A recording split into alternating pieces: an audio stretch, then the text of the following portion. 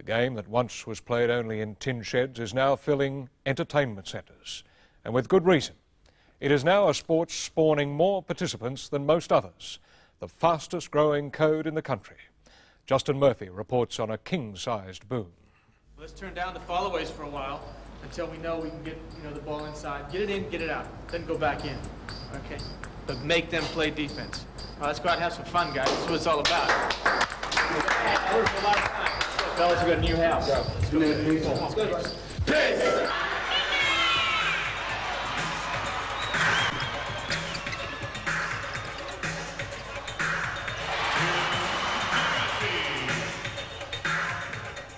A championship season for Sydney means a championship season for Australian basketball. For the game now not only demands the best in venues, it draws near capacity crowds to even pre-season games at the Sydney Entertainment Centre. If you play in here, you must have something going for you. And with 64 corporate boxes, with 94 companies now involved with us, that's a lot of weight behind you.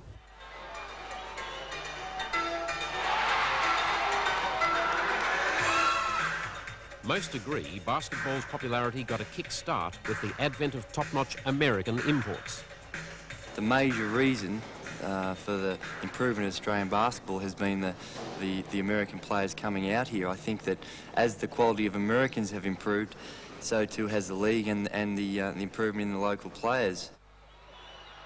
The standard, I think, is being lifted more by the standard of the Americans that we bring out here now.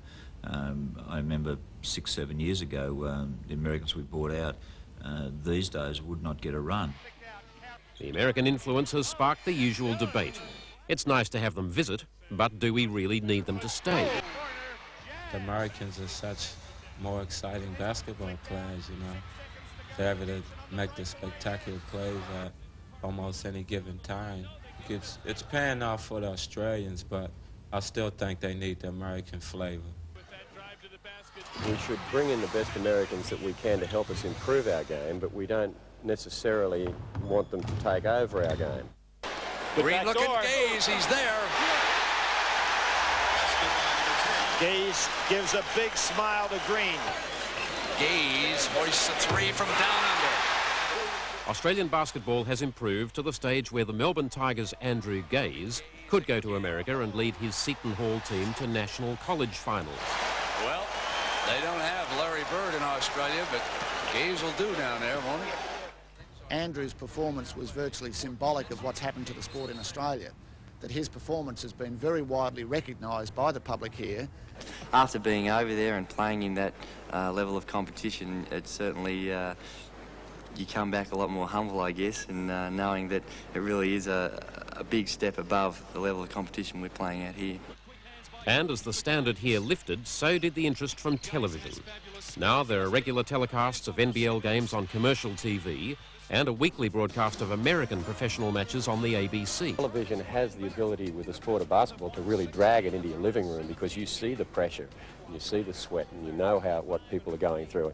That's unique, I think, in top sport. You can't do that in almost any other sport. It's no one's fault. No one's made an error.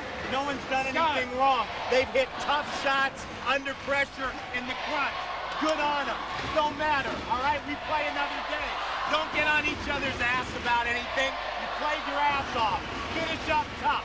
Brian Gorgian of the Melbourne Spectres is one of the burgeoning band of Americans who came to play but decided to stay. I'm coaching for my livelihood. I'm coaching for my life. You know, you lose a game or you lose a few in a row, your job's on the line now. And if you thought that dressing room exhortations could only happen in America, here's Ken Cole of the Newcastle Falcons. Let's go home happy that we've made the improvement and started to get our heads to the extent that we want, okay? Make a commitment today to the group for the season to win. Let's go. Let's go!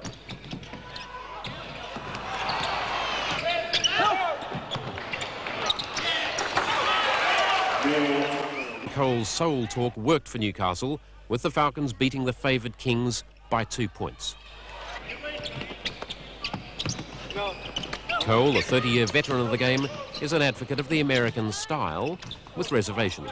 There are a lot of new people involved in the game, and they do have a little bit of a tendency to go overboard with entertainment at times, and you almost feel like you've got to say to people, we're here to play basketball.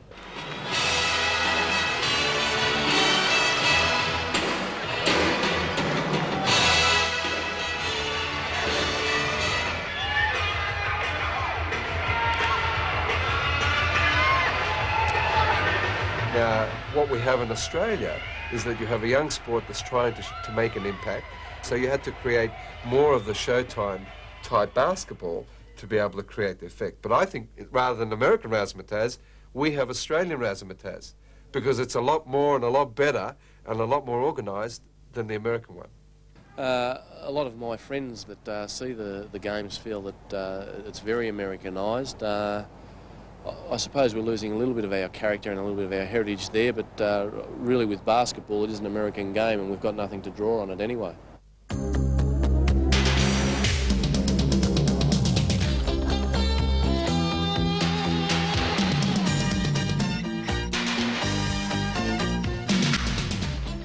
And for the Sydney Kings, it's American-style publicity, from Coke commercials to a Daily Mirror promotion to backing up their fans. We've been approached by TAB and a few other things, and we've rejected it.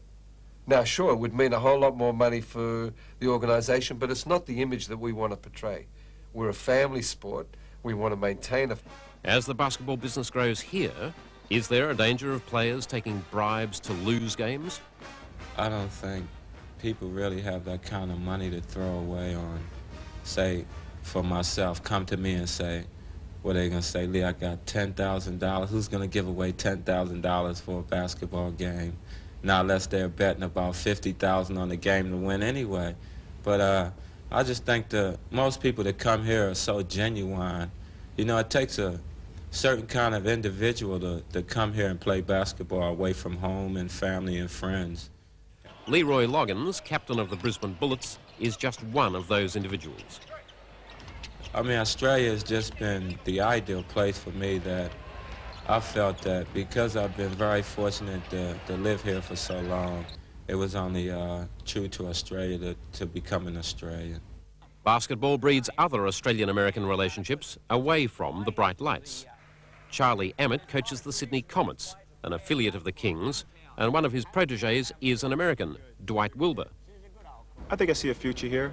I think I've established myself a little bit more here where basketball is on the rise, and I've sort of gotten here at that right time and place, whereas back home it's just guards and other players are a dime a dozen, and I probably wouldn't get that opportunity. Dwight went home for Christmas. Now he's coaching high school and waiting for a call from Australia to come back and play ball. Charlie Ammett's coaching the Comets and has a different match on his mind. Well, I'm running a battle now. This is the game of my life. This is the game I'm not to lose. I have a bone marrow disease that people might call cancerous, but it's a terminal thing. And I'm using all my abilities now to fight it.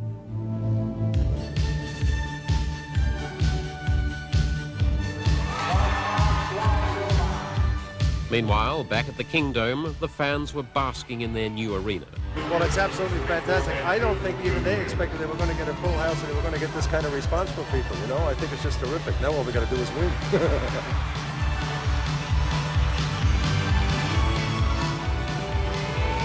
And win they did in the most spectacular fashion with only seconds left on the clock.